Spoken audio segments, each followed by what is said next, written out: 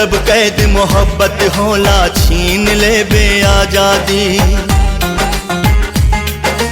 ओहो नायाबाद रहल जे प्यार के सोचलस बर्बादी। पाप पुण्य से ऊपर होला,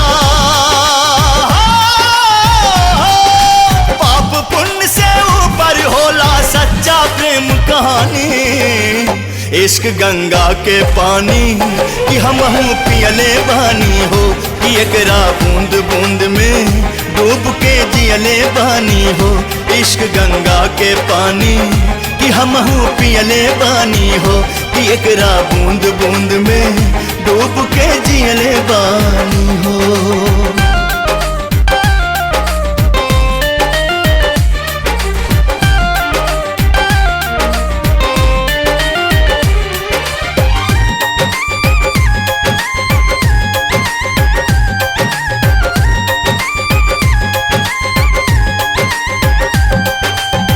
प्यार करे वाला नहीं केहू से डराए, प्यार करे वाला नहीं केहू से डराए।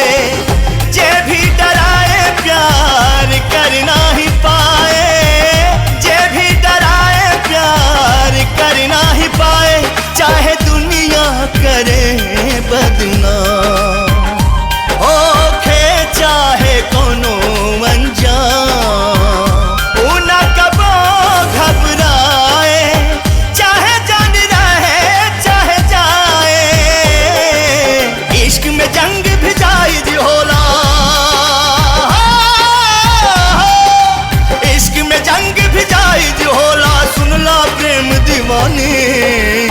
इश्क गंगा के पानी कि हमहू पियले बानी हो, कि एकरा बूंद बूंद में डूब के जियले बानी हो।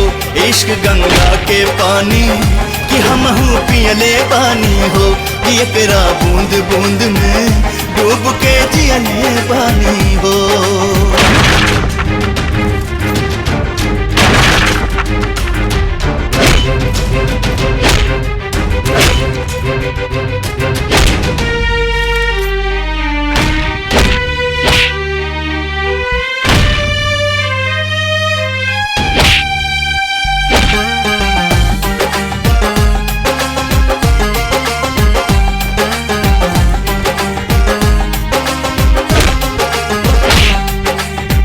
ओहो पार चांद ये है पार बांसवरिया, ओहो पार चांद ये है पार बांसवरिया।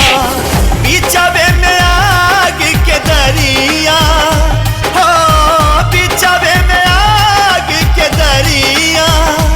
आज बाटे तोहार इम्तिहान, अपना आशिक पे हो जा कुर्बान।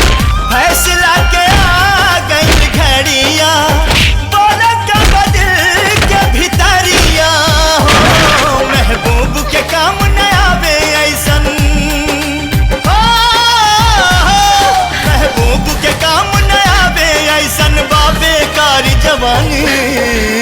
इश्क गंगा के पानी कि हमहू पियले बानी हो, कि एकरा बूंद बूंद में डूब के जियले बानी हो।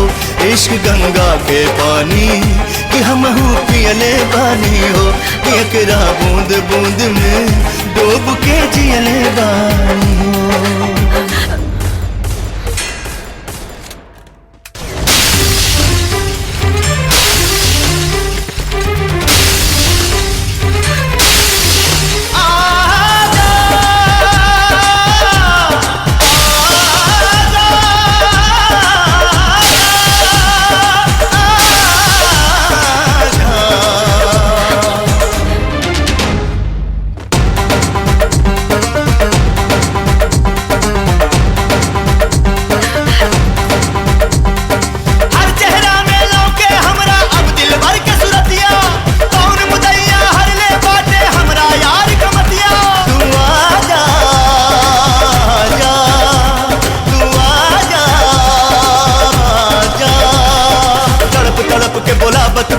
पीट पीट के छाती आंधी पानी साथ चलल बा बुझावे नेह के बाती।